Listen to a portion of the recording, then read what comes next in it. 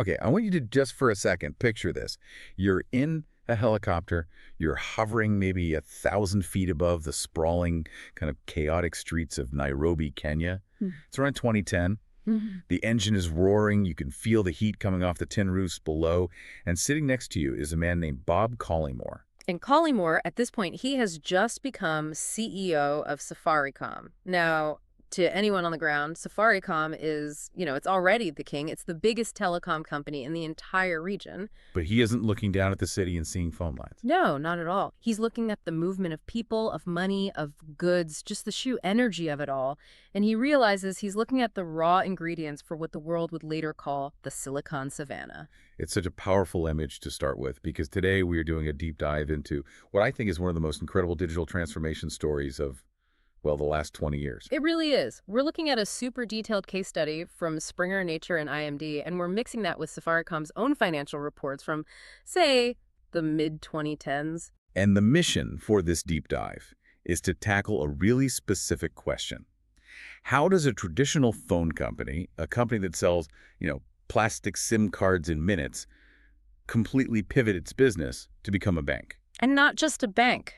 The dominant financial player in an entire country? Right. It's the story of M-PESA. And honestly, when you dig into the source material, the scale is it's hard to get your head around. We're used to things like Apple Pay or Venmo, right? Sure, you use it to split a dinner bill, pay a friend back for tickets. Exactly. But the sources make it so clear. M-PESA wasn't just some convenient app. It became the actual operating system for the Kenyan economy. I love the Davids versus Goliaths angle here.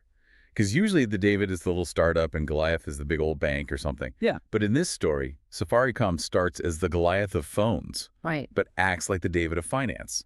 And that's the key. To get why this worked, you have to sort of throw out your Western credit card heavy view of money. Yeah. We have to set the scene in Kenya, say, around 2008. Okay, so let's talk about the unbanked. We hear that term a lot.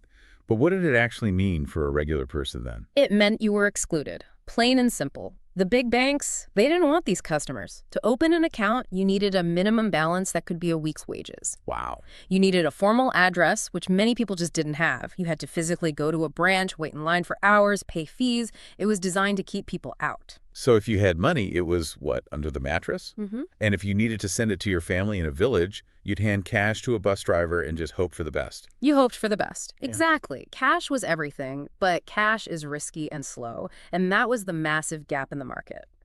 Now, fast forward to 2015.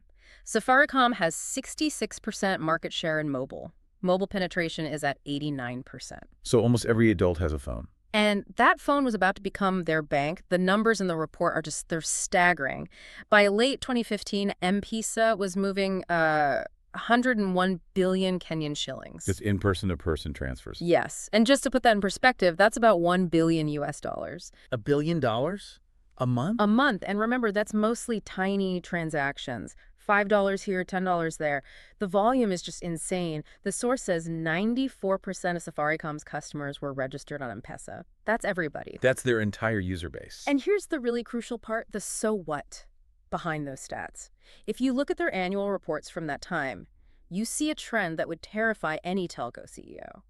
Voice revenue, people talking on the phone, was flat. It grew by only 4%. That makes total sense. I mean, think about it. WhatsApp was coming, Skype was there, voice calls were becoming free. Precisely. The pipe was losing its value. But non-voice revenue, so data and M-PESA, that grew by 27%.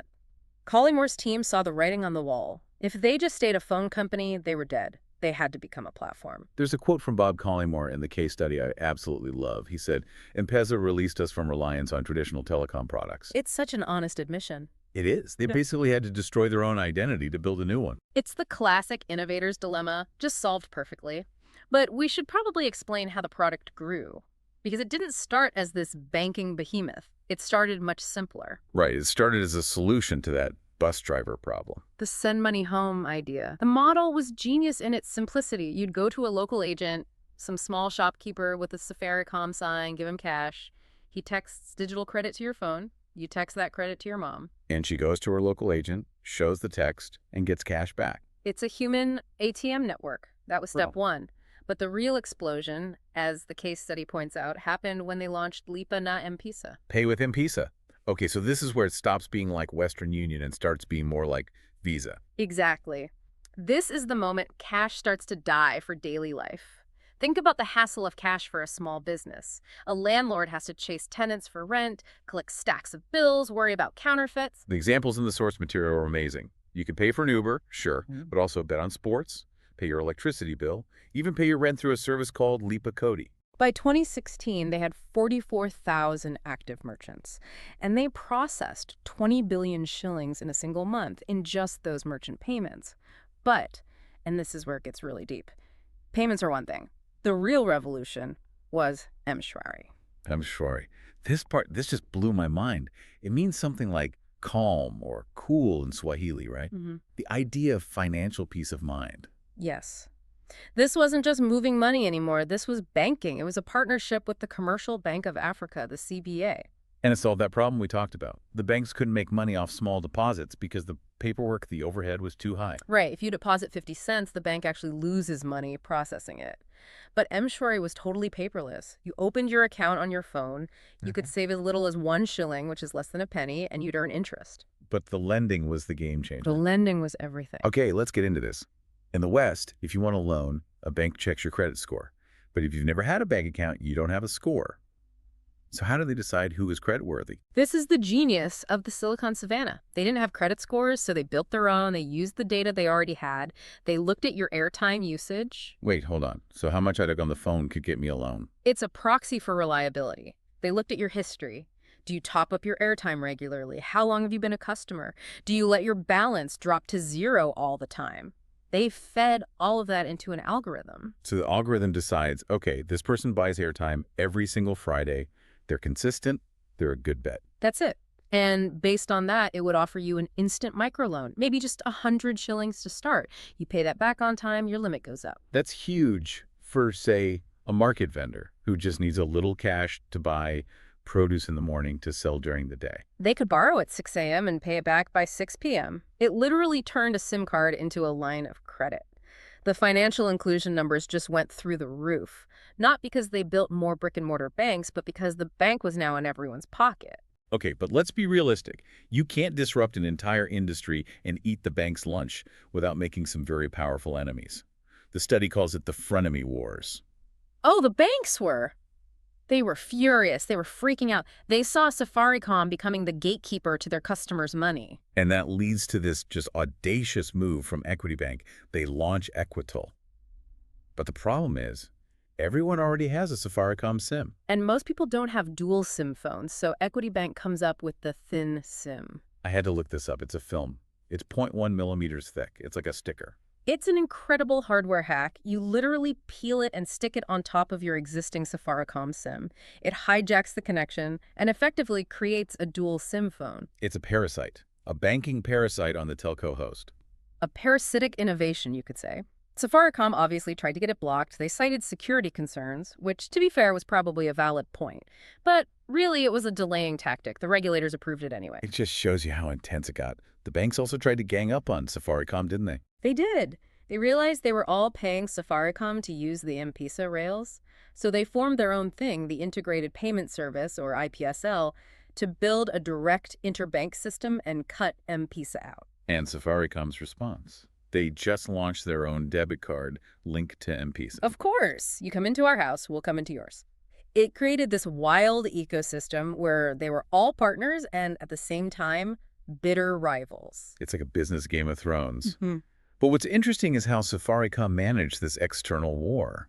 And the case study says it's because they were also fighting an internal revolution. Right, and this part gets missed so often. You can't run a fast-moving fintech with a slow-moving utility company mindset. Collymore had that brutal analogy. He said, "We don't want to buy a Ferrari when all you know so far is how to ride a scooter." He was talking about his own company. A traditional telco is all about silos. You've got the network engineers over here, marketing over there, and they never talk. Collymore just smashed all that. He created 3 new pillars: financial services, enterprise, and consumer.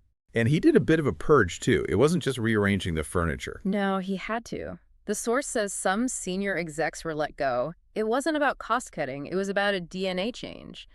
If your whole career is about optimizing cell towers, you might not be the right person to design a credit algorithm. So they stopped hiring telecom people and started poaching from banks. And data scientists. They hired Rob Webb from Equity Bank, the thin SIM guys. If you can't beat them, hire their people. That's the playbook. And they hired the head of customer segmentation from their main competitor, Airtel. They were building a startup inside a giant. Speaking of startups, let's talk about the tech. Because you can have a great team, but if the app is slow, it's useless. There was a huge technical change they made with the PESA servers. This was a massive risk, but it paid off big time. Originally, the servers that ran M-Pesa were physically located in Germany. Which kind of makes sense for a pilot. German engineering, very reliable. Sure, but for a real-time financial system handling millions of transactions, the latency was becoming a huge problem. Latency, that's the delay, right? Exactly. The signal has to travel from a phone in Kenya all the way to Germany, get processed, and come all the way back. That little lag, when multiplied by millions of users, creates a massive bottleneck. So they moved the servers home to Kenya. They brought the brain home. And that did two critical things. First, it made the system incredibly fast. But second, and this is the real game changer, it allowed them to open up their API. The application programming interface. That's the plug that lets other apps talk to M-PESA. Correct. When the servers were in Germany, it was a closed system. Bringing them local and cutting the latency meant they could let Kenyan developers plug their own software directly into the M-PESA payment system. And that's what really sparked the Silicon Savannah. That was the spark. A developer in a Nairobi coffee shop could now build an app that could accept payments from 20 million people right out of the box. It's not a walled garden anymore. It's an open ecosystem. And this all plugs into their data strategy. They partnered with Nokia and we're processing 214 billion data points a day. 214 billion. That's just a crazy number. And that data let them see things nobody else could. They identified this customer segment they called the young flashers. I love that name. Who are the young flashers? Think entry-level professionals. Got their first big job in the city, want to show off a bit, they use a lot of data, have the newest phone, spend a lot on weekends. Safaricom could see that pattern and target them with specific premium offers. While a farmer out in the country gets a completely different offer tailored to them. Exactly. Dynamic pricing based on real behavior. That is a true platform strategy. And that platform enabled other businesses that literally could not have existed otherwise. The best example in the sources is M-Copa Solar. This is just brilliant. M-Copa is the perfect example of the platform effect. It solves what's called the poverty penalty. A poor rural household might spend a fortune over time on kerosene for lamps because they can't afford the $200 upfront cost of a solar panel. They have the cash flow for 50 cents of kerosene a day, but not the capital for the big purchase. Right. So M-Copa says, pay a tiny deposit, take the solar system home, then pay us 50 cents a day using M-PESA. And here's the genius part. Yeah. The solar panel itself has a SIM card in it. Yes. If you send your 50 cents, a signal unlocks the panel for 24 hours. If you don't pay, it remotely shuts off. It's pay-as-you-go electricity. Just think about that. Without M-PESA, that business is impossible. Completely impossible. How would you collect 50 cents in cash from a remote village every day? The transaction cost would be higher than the payment. M-PESA made the transaction cost almost zero. So M-PESA became infrastructure, like a digital road that other companies could build on. And not just for-profit companies. The government used it for things like fertilizer subsidies. Instead of handing out physical bags of fertilizer that could get stolen or sold. They just get lost in the system. Exactly. So the government sent e-vouchers directly to farmers' phones via M-PESA. The farmer redeems the code at their local depot, and it creates a perfect digital audit trail. The World Food Program did the same for refugees.